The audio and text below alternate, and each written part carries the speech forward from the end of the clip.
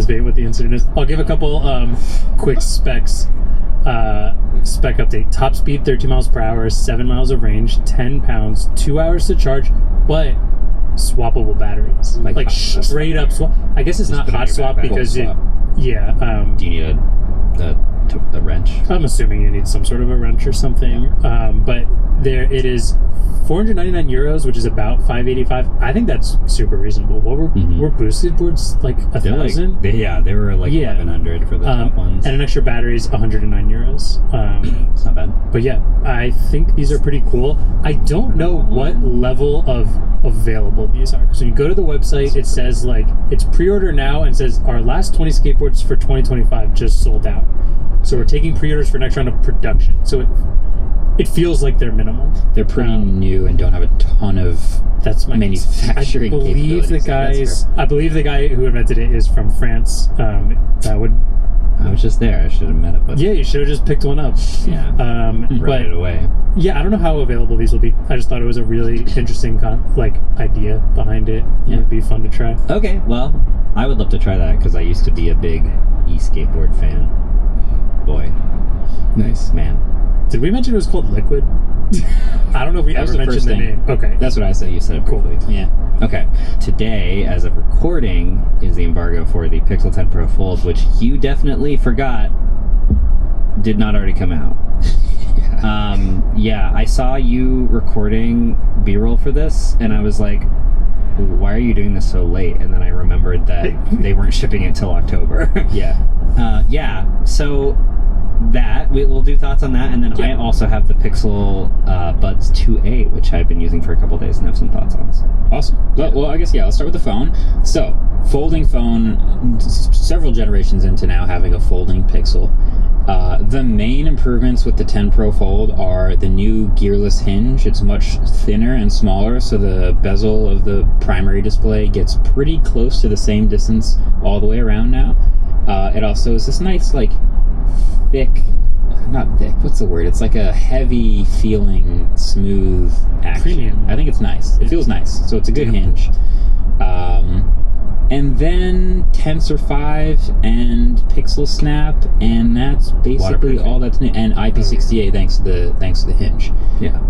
Outside of that, and it's blue. Oh yeah, new colors. Yeah. But then it's basically the same thing, and so it got me thinking. I've really liked this phone, and I've used it for a while, and I like a folding Pixel. But the more I've thought about it, because it hasn't really changed very much in any direction since it started coming out. Yeah. The more I've realized that the idea of a Pixel and the idea of a foldable are the opposite ends of the smartphone spectrum.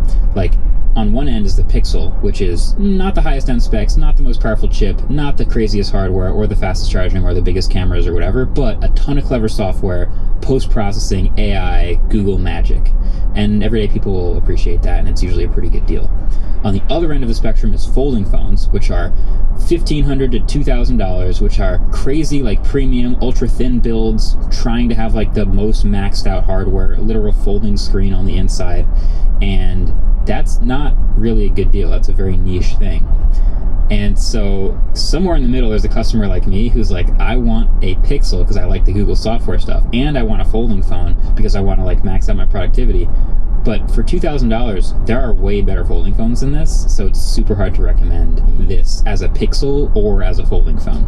It's just a very, very, very slender group of people that I think will actually be cool with spending $1,800 on it. Yeah. Pixel 10 Pro Fold. I guess it has to be you want the folding phone and you really want the Pixel software. Exactly. Yeah. So this one doesn't have the best cameras. It's essentially the same cameras as the last generation. It's triple cameras, but it is not as good as the flagship.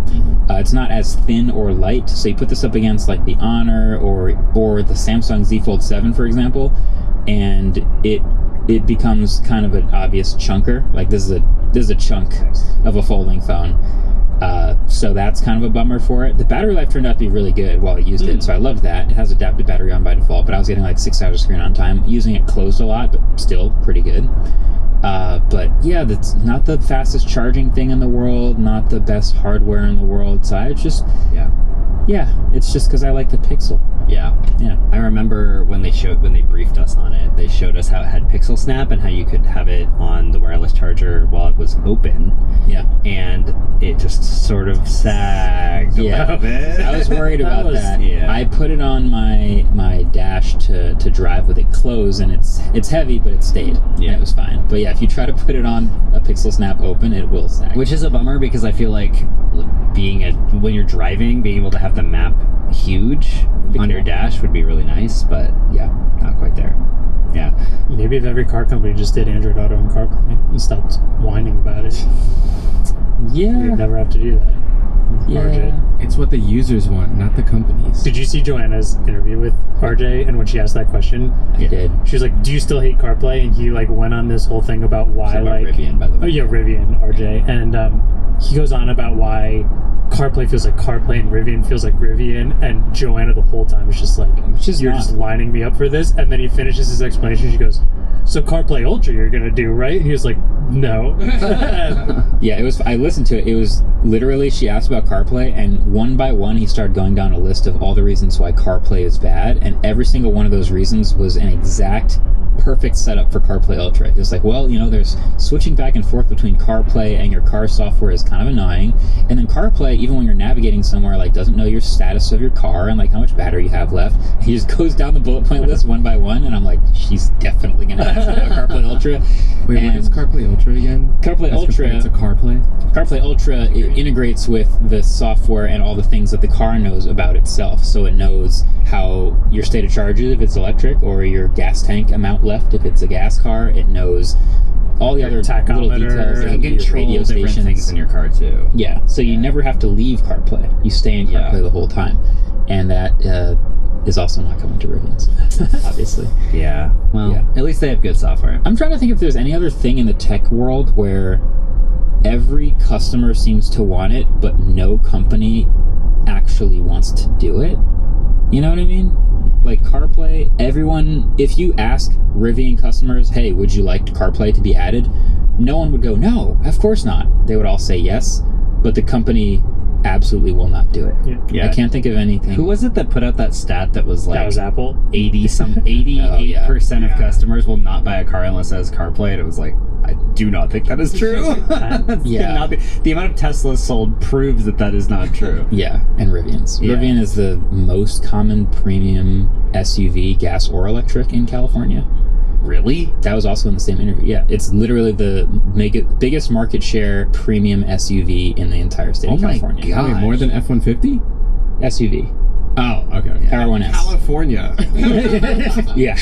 Yeah. That's Texas you're thinking about. Yeah. So yeah, it's Yeah. they're selling them without CarPlay, and that'll Yeah. keep happening. Well, the Pixel Buds 2A. Yeah. No segue, just No. Well, because we were already That in was this already- conversation. That was the Okay. That was yeah. a sidetrack.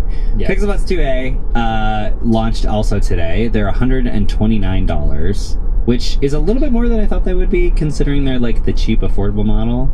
But they did add ANC this year, which is really nice. I've been using them for a couple of days. They're sweat and water resistant. They've got Gemini. They've got the ANC is pretty good, and the bass response is pretty good. I was using these for a couple of days, and like, yes, they're clearly not quite as premium materials as the Pro. They have more plastic sort of in the body of the device, and I don't think they have wireless charging on the case.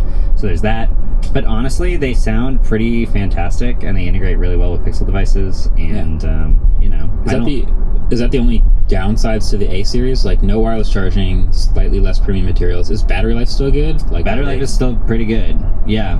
The major downside to me would be lack of wireless charging. That kind of seems about it, which is kind of crazy. I just got the Buds Pro 2, Yeah. and I'm very upset. I should have just waited for these, because these seem like Well- a way better deal. I mean, the materials on the Buds Pro 2 are better as well. That's fine. Yeah. as long as they fit in your They're ears. like $229, I think. Oh, Yeah. Pro. Crazy. Oh, you also cannot swipe to control volume on these, which kind of sucks. So you gotta use your phone. How's the live translation? Perfect. Also, the battery life is up to 20 hours, whereas the Buds Pro is up to 30. And the That's Buds with Pro the case. probably sound better. Probably. Yeah, probably. Maybe. Sound okay, I guess. Their earbuds. Yeah, weirdly, these say they have Talk to Gemini Live, whereas the Buds Pro have Talk to Gemini Live in noisy spaces, coming soon. I'm just imagining on the 2A, Gemini's like, it's a little too loud in here for us to talk right now. Some microphone. Can you go outside? Can we go somewhere else? I can't hear you, bro. Let's get out of here. Yeah. I like to sit in the table by the wall, so it's easier for me to hear people. Yeah, but these come in these purple color, iris, and also hazel. When they asked me what color I want, I thought iris would be blue. Wait, what? Yeah. They are purple. I don't know how purple means iris, but Also, also the flower, not. No, doesn't Yeah. there's the famous No, lady that has the purple eyes? I thought your iris was just the color of your eye. Is there a flower called an Oh, iris Yeah, too? the iris is. Iris is a flower. But it's some of the purple. irises are blue. Let's Did I see. tell you guys about the time I got traumatic iritis? Wait, what is iritis? Iritis is a Traumatic. inflammation of your iris. And it was traumatic just means it's because I got hit in the eye with a frisbee really hard. Ow! I thought this was going to be a pun about how you're always right about everything. Oh, I should have. Iritis. Dang. I'm righted. Missed opportunity. Wait, so what did you have to do? I went to the hospital and they put drops in my eyes and it really calmed it down. And they charge you $3,000. Yeah, something like that. I got there myself. I didn't take an ambulance or anything, but Yeah, that'd have been $13,000. exactly. Cool. I also like the way you pronounce ambulance. Well, speaking of purple, Oh, I like that. I can't tell if this is a thing, to be honest. I don't think it's a thing. I don't we know. saw- We Are can we make spreading it a thing. misinformation? we can delete this at any point from the podcast if it turns out to not be a thing. How about that? Do we think this is a thing or not? Fair. Okay. The lens is We're just this a asking thing? questions. Is this a thing or is this not a thing? The thing that could be a thing or not a thing is a slightly color changed iPhone 17 Pro Max. It seemed to go from orange to a weird off rose gold color. There isn't really any other information about this other than It I is. mean, we know what the phone's made of, and we know how long they could have possibly had the phone. Literally, it's been a couple weeks since the phone came out, and that's it. It stems from a post on our Apple that has 10,000 upvotes and 600 comments. But it's just a other than that, picture it's of the only phone. really gone on Twitter. Yeah. Yeah. It's a picture that someone says, my orange iPhone 17 Pro Max turned rose gold. And then say, didn't realize it until everyone asked where I got a rose gold phone from. And then this person has one other comment in the thread in the last 3 days that says, someone said, when you turn it, it changes colors dramatically based on the finish and the lighting. And he says, I could send you a photo from any angle. It's rose gold. That's the only comment. And I'm surprised on our Apple. A lot of people seem to be pretty like, yeah, this is weird. I can't believe it's doing that. But this picture looks awful. I don't know. I don't want to turn this into like, this is fake, but it doesn't really feel like I'm not buying it. I'm not really buying it. Yeah. I'm not trying to hear to like defend that it's perfect and there's no way this could happen, but I've never seen, as far as I know, it's like leaving things in the sun that get stained. I've seen cardboard do that. I've seen plastic do that. I don't think I've seen anodized aluminum in a week or two stained from being in the sun. I just haven't seen that. Even if it was gonna like wear down as you use it, it wouldn't wear down so evenly along all of the aluminum. I've had it before where I've had like brand new blue jeans and you put things in your pocket and it stains the hell out of them. stains the thing in your pocket. Yeah. So it's possible that he had some sort of pants that stained the aluminum, but I don't know. Part of me wants to go full conspiracy and say this is a photoshopped thing and he posted it on Reddit to troll. It's just like pink around the entire phone. I'm gonna go with not a thing. Yeah, I think we probably would have seen more people talking about I it. think like a Verge or someone would have made a post about it if it was more believable, but don't say we didn't talk about it. But I don't think this is a gate. Could become a thing, but There's as of right now, plenty of don't time think for a gate on 17 to come out. We will cover it when it happens, but I don't think this is the gate we were all hoping for. I mean, Whoa.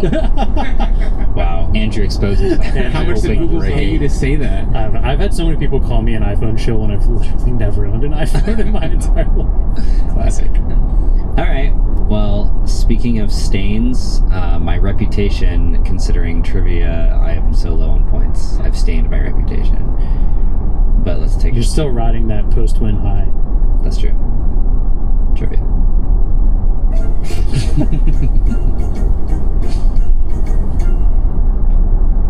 Welcome back to Waveform Trivia. Guys, today's question is about e-readers. Let's go. Because we talked about the books. In 1998, Nuvo Media released one of the world's first e-readers called the Rocket eBook. It had 106 DPI and 4 megabytes of flash storage. That's enough. Wow. According to the Mobile Read Wiki, which is an e-reader wiki, Nice. how many books could it store?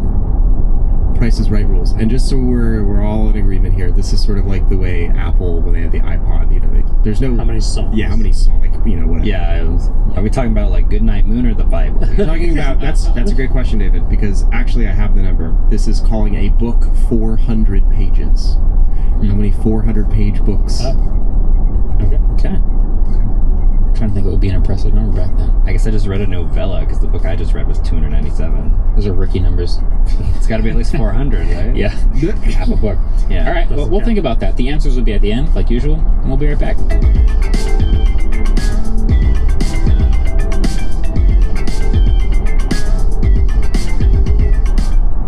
Support for this show comes from Coda, powered by Grammarly. Look, you've heard about the value of working as a team since you were in high school, basically. You also probably learned how hard it could be when the group project went off the rails. It's still the same problem today, outside of the classroom. When you're running a business, trying to keep track of all the information and data and projects across dozens of platforms and products and tools, any miscommunication will halt any and all productivity. That's why Coda, the all-in-one collaborative workspace that's helped 50,000 teams all over the world, is here to get you on the same page. By offering the flexibility of docs with the structure of spreadsheets, Coda facilitates deeper teamwork and quicker creativity, and their turnkey AI solution, Coda Brain, is a game changer. Powered by Grammarly, Coda is entering a new phase of innovation and expansion, aiming to redefine productivity for the AI era. So whether you're a startup looking to organize the chaos while staying nimble, or an enterprise organization looking for better alignment, Coda matches your working style. Its seamless workspace connects to hundreds of your favorite tools, including Salesforce, Jira, Asana, and Figma, helping your teams transform their rituals and do more faster. So you can head over to coda.io/wave right now and get 6 months of the team plan for startups for free. That's coda.io/wave and get 6 months of the team plan for free. coda.io/wave. Support for the show comes from Monarch Money. So there's a lot of things out there that make spending money easy. Food delivery and streaming services and the ability to simply tap a card instead of digging through your pockets for exact change. The list goes on and on. Monarch Money can help you get organized and confident in your finances with all-in-one personal finance tool that brings your entire financial life together in one clean interface on your laptop or phone. Monarch Money allows you to track your spending, savings, and investments effortlessly so you'll always know where your money stands. And it's more than a budgeting app, it acts like your personal CFO, basically, giving you a complete financial command center for your accounts, investments, and goals. So whether you're looking to clearly manage your spending or plan your long-term financial goals, Monarch Money has your back. It's even the top recommended personal finance app by users and experts with over 30,000 five-star reviews. So don't just manage your money. Our listeners can start building wealth with 50% off your first year. Don't let financial opportunities slip through the cracks. Use code WAVE at monarchmoney.com in your browser for half off your first year. That's 50% off your first year at monarchmoney.com with code WAVE. Support for this show comes from LinkedIn. So when you're a small business owner, your business is on your mind 24/7. So when you're hiring, you need a partner that works just as hard as you do. And that hiring partner is LinkedIn Jobs. So when you clock out, LinkedIn clocks in. LinkedIn makes it easy to post your job for free, share it with your network, and get qualified candidates that you can manage all in one place. LinkedIn's new features can help you write job descriptions and then quickly get your job in front of the right people with deep candidate insights. Either post your job for free or pay to promote. Promoted jobs get 3 times more qualified applicants.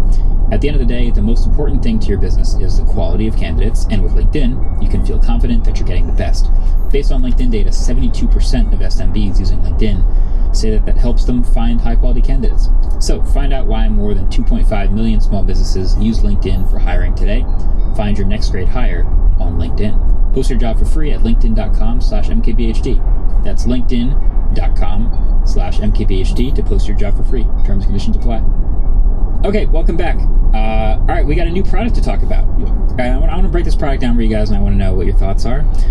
This is not a brand new product. This is a variant of a product you may already be familiar with, the Pixel 10 Already Pro losing Fold.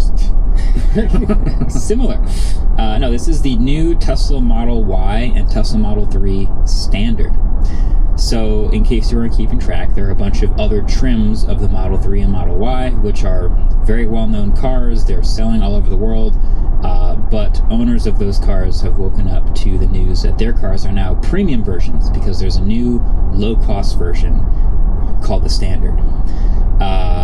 And a lot of people were talking about this because there were rumors for a while of like, oh, are they finally going to do a low-cost, super cheap version of the Model 3 and Model Y? Is this going to be like a $35,000 car or something like that? Like, that was a rumor people have been talking about for many years, and then they started teasing something on Twitter, and we saw some silhouettes and some headlights, and now here it is. It's the new low-cost standard Model 3 and Model Y. So I'm going to go through the list of things that they